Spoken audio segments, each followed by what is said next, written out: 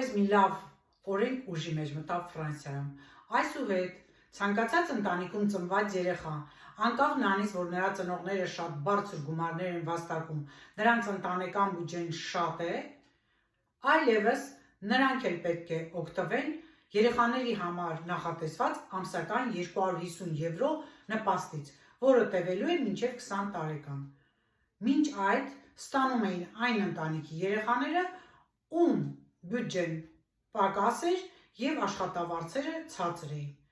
Անկախ նրանից, թե ընտանիքում քանի երեխա կլինեն, յուրաքանչյուր երեխա ստանալու է 250 եվրո նպաստ։ Այսպիսով, երեխաների իրավունքների հավասարությունը պահպանվեց Ֆրանսիայում և ի ուրախություն շատ ընտանիքների, որովհետև վերջին տարիներին շատ թանկացումներ է եղել Ֆրանսիայում և նույնիսկ բարձր աշխատավարձ ստացող ընտանիքները չեն կարողանում կառավարել իրենց եկամուտները, պակասություն է զգացում։ Այդ իսկ պատճառով այս օրենքը շատ լավ էր հատկապես նման ընտանիքների համար։